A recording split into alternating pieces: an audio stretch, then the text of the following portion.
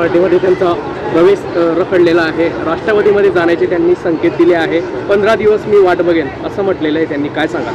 मी याच्या आधी पण बोललेली आहे की नाथाभाऊ एक ज्येष्ठ नेते आहे। या सगळ्या संदर्भामध्ये माझ्यापेक्षा ते त्यांचं व्यक्तिगत मत चांगलं मांडू शकतात। पण काही स्थानिक नेत्यांच्या बाबतीत त्यांनी नाराजी व्यक्त केली आहे। स्थानिक नेत्यांमुळे हा प्रवेश रखडल्याचं त्यांनी म्हटलेलं आहे। या संदर्भात तुम्ही स्थानिक नेत्यांसंदर्भात किंवा वरिष्ठांबाबत काही निर्णय करणार का त्यांच्या प्रवेशाबाबत?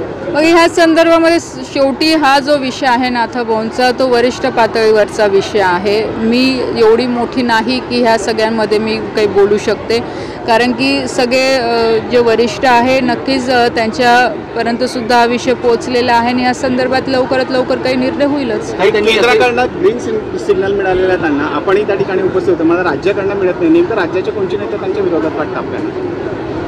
मी नाही, मला नाही माहिती या संदर्भात, कारण की मी एवढंच सांगू शकते की लोकसभेच्या इलेक्शनच्या वेळेस नक्कीच नाथाभाऊंनी पुढाकार घेऊन मला मदत केलेली, याची कुठे शंका नाही। केंद्राच्या नेत्यांकडनं पण त्यांना सांगण्यात आलं होतं आणि त्यांनी त्या पद्धतीने सहकार्यसुद्धा केलेलं आहे।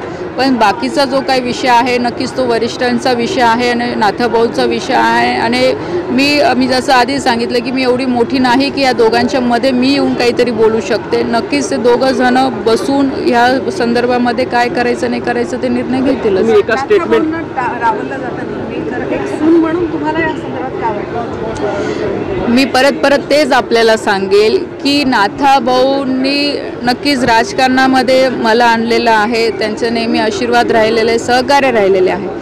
त्याचबरोबर एक पार्टीची कार्यकर्ता म्हणून एवढं तर मलाही माहिती आहे की जोपर्यंत वरिष्ठ काही ह्या संदर्भामध्ये निर्णय घेत नाही तोपर्यंतही मला याच्यावर बोलायचा काही अधिकार नाही। नाथाभाऊंचा प्रवेश झालाय का भाजपमध्ये? ते स्वतः नाथाभाऊ तुम्हाला सांगतील। भाऊंनी एकत्र यावं, काम करावं अशी इच्छा तुम्ही व्यक्त केली होती, तर आजही ती इच्छा आहेच की गिरीश भाऊ नाथाभाऊ एकत्र आले तर नक्कीच जिल्ह्याच्या विकासामध्ये भर पडेलच। या दोघा भावांमधील वाद दूर करण्याचा प्रयत्न कराल का तुम्ही? करणार आपण?